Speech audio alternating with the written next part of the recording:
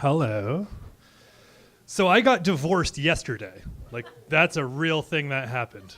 I went to court and I'm divorced now. Actually, I'm divorced in 21 days because everything is a Kafkaesque hell at the state level.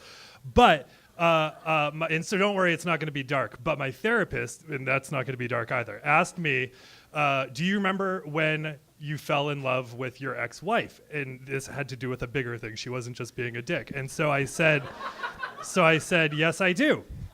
Just a quick background about me. Probably because of my parents, this means war is like an enticing thing to me. It's not, conflict is not upsetting. It's sort of a thing that I have enjoyed until recently. Like I said, I'm in therapy, I've done some work. And so just to give some context about the time I fell in love, my first job was as a field organizer for the Vermont Democratic Party. It was like my first real, quote unquote, real job. Yeah, yes. And a field organizer is an underpaid volunteer coordinator, and it's a name that they give you to make you feel important, but they're just manipulating you to do a lot of work for under minimum wage.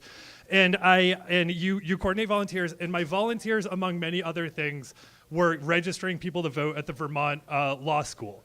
And I don't know if people remember in 2006, but the Bush administration was terrible. And that's not just a thing. That's not just to be cool to the liberals. They were really terrible. And so they would intimidate nonprofit organizations to not take anything close to a partisan tone. And so it had a chilling effect on nonprofits because they didn't want to have their status revoked. So the Vermont Law School didn't want people to register to vote because it could look partisan. That's how terrifying it was. It's quaint in retrospect, all things considered. But so I went down and I had a conversation with the dean and was like, we're just going to register people to vote. We won't have any signage out. Don't worry, it's going to be cool. Nothing bad's going to happen. It's just voter registration. So I get a call an hour in and my volunteers are like, it's not good. The dean is pissed. And so I go down to go find out what is going on with the dean. And what ended up happening was the highest ranking Democratic official found out we got into the Vermont Law School, was psyched about it, and used it as an opportunity to go and hand out literature and put it in mailboxes and do all that sort of thing.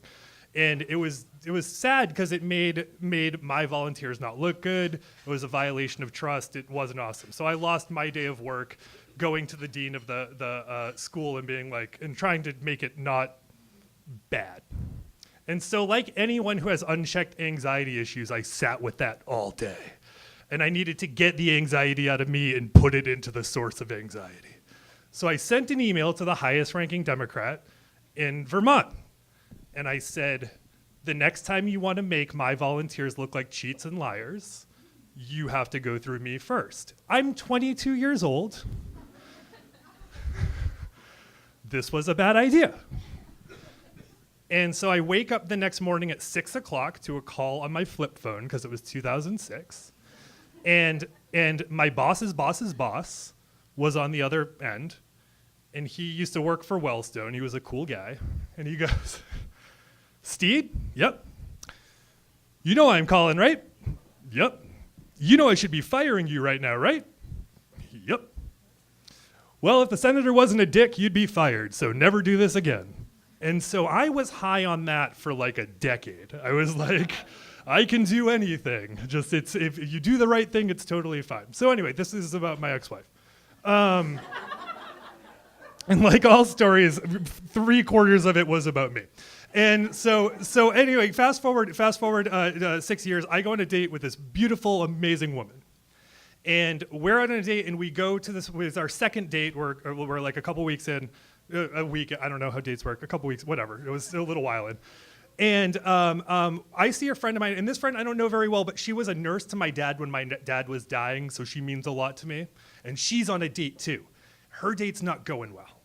And so my date sees that the date isn't going well. And this date's dude is just walking around, not paying attention, looking off, like just not being engaged.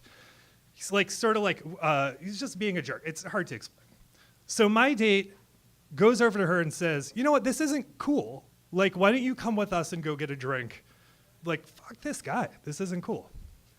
And I was like, oh, what a sweet thing to do. You know, what an amazing thing to do and extend yourself in that way. And so we're leaving. This guy comes over. Oh, you don't understand. Like, that's just how I am. That's my whatever. My date Just gets into his face and goes, I don't know who the fuck you think you are, but this is not how you treat a woman. And I was like,